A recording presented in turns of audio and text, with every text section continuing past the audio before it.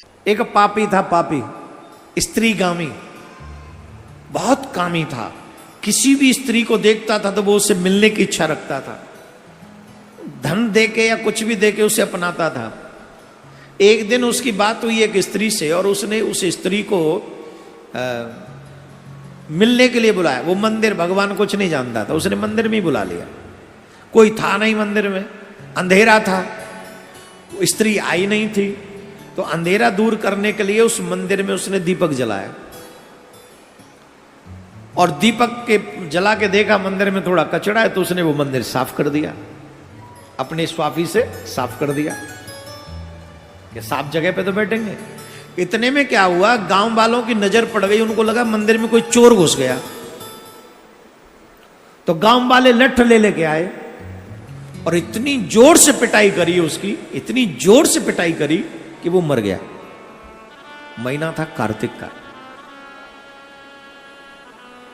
पहले तो ये बताओ कि ये दीपक उसने किसके लिए जलाया था? बोलो। उस स्त्री के लिए, भगवान के लिए नहीं। लेकिन जलाया कहां था? मंदिर में। महीना कौन सा था? कार्तिक का। कार्तिक के महीने में वो दीपक जलाया और जैसे ही दीपक जलाया, गांव वालों ने उसे चोर समझा और चोर समझ के उसे मार डाला। वो मर गया और अगले जन्म में वो राजा का बेटा पैदा हुआ बनकर।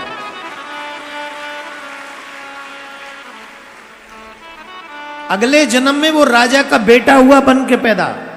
अश्रद्धा से, उसे तो कोई मतलब ही नहीं था ना मंदिर में जलाने का, लेकिन मंदिर में दीपक जला दिया कार्तिक के महीने में, इसका ये फल हुआ राजा। और जब राजा बना तो उसे याद रहा कि पिछले जन्म में क्या हुआ है, तो उसने सारी प्रजा को तो कहा ही कहा, साथ में खुद भी मंदिर में दीपक जलाता था और मंदिर की सफाई खुद करता था। इतने सेवक होने के बाद भी मंदिर की सेवा खुद करता था, दीपक जलाता था। अब बताइए कार्तिक मास में दीपक जलाने का कितना बड़ा फल है। लेकिन मेरी इच्छा हो रही है, पर मैं आपको जरूर कहूंगा, कार्तिक पूर्णिमा पे एक दीपक अपने पितरों के नाम से सागर के तट पे जला देना। एक दीपक अपने नाम से सागर तट पे जाके जला देना। एक दीपक अपने बच्चों के नाम से वहां जला देना। एक दीपक प्रिया कांजू के नाम से वहां पर जला देना। एक दीपक अपने गुरु के नाम का भी जला देना वहां। तो कार्तिक पूर्णिमा पर अगर संभव हो तो आप अवश्य ये कार्य करेंगे। मुझे लगेगा इसका बहुत बड़ा लाभ है, क्योंकि नदियों के तट से भी ज्यादा लाभ होता है सागर के तट पर ये कार्य करने का। तो बहुत बड़ा लाभ आपको मिल जाएगा।